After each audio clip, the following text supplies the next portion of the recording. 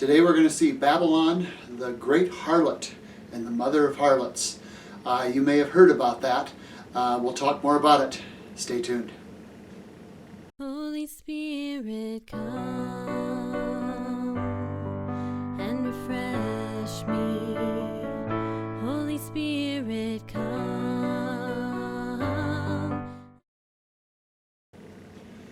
Welcome to Through the Bible in 5 Minutes. I'm your host, Brad Keeney, as usual. Today we're going to be starting episode 64. So remember, these are short, simple, easy Bible studies. So we have 63 other episodes that lay background. And we're going to be doing Revelation chapter 17, verses 1 through 6. But as usual, we want to get a little background information here, although we'll discuss some things as we go through as well. Now, this is chapter 17 and 18 deal with Babylon and Babylon the Great Harlot. So what is Babylon? Well, Babylon goes clear back to Genesis chapter 11. After the flood, God told people to spread out and populate the earth. And in Babylon, they decided, oh, no, we're not going to do that. We can build a stairway to heaven on our own. We can do this all by ourselves.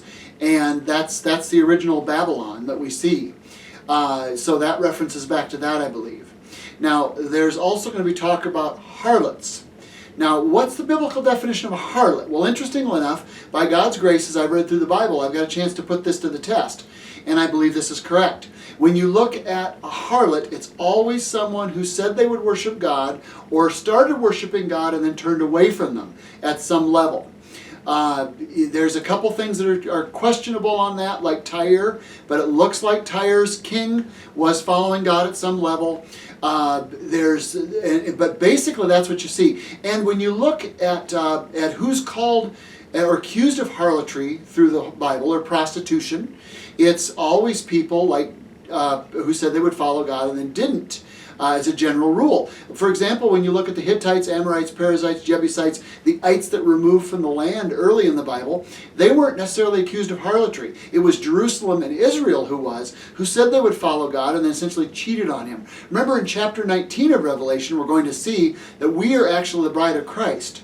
So this idea of worshiping other gods is essentially harlotry or cheating on God. A good place to look for that also is a whole book of the Bible that was written about that is the book of Hosea, where it says in chapter 1 verse 2 of Hosea, it says, go take yourself a wife of harlotry, essentially. And it's because Jerusalem was worshiping other gods. So this idea of getting along on our own, we don't need God, and then worshiping other gods, which could be ourselves or something else we put in that place. But then there's a third element I want to talk about is mystery. It's going to be mystery, Babylon the Great Harlot. And there's a comma there. So mystery is not just part of the name, it's something that's going on. So what is a biblical mystery?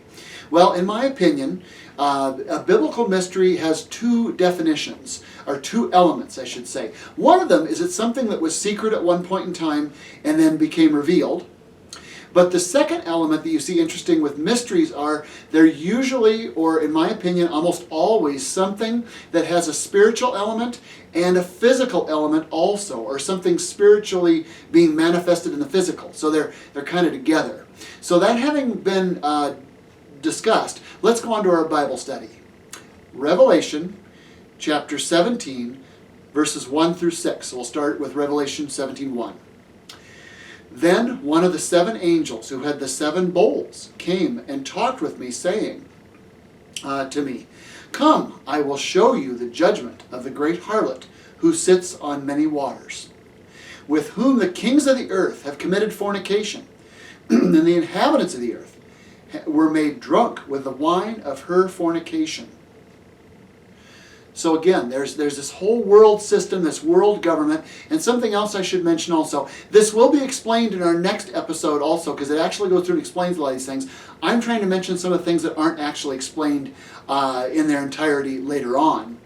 But another thing I wanted to mention is the kings of the earth and this one world government, actually many people believe, as I do also too, that the chapter 17 and chapter 18 that deal with Babylon, 17 is more spiritual Babylon, 18 is more political Babylon.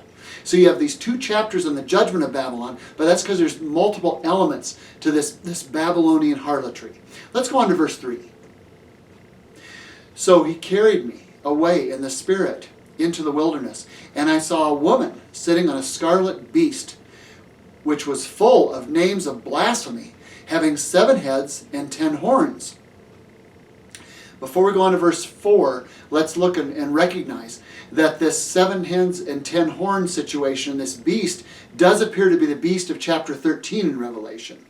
And remember, the fall of Babylon was actually spoken of in chapter 14 and chapter 16. So these themes continue through. So again, looking at this in its entirety is very important. So let's go to the next verse.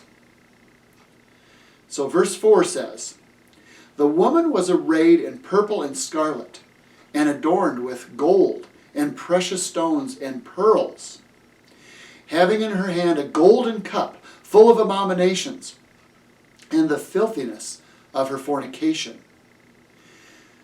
So we also see here, before we go on to verse 5, that these are things of wealth, of stature, of importance. So this is a world government that is very wealthy, very well set.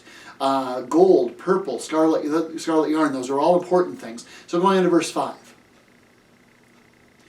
"And on her head was a name written, Mystery, Babylon the Great, the mother of harlots and of the abominations of the earth.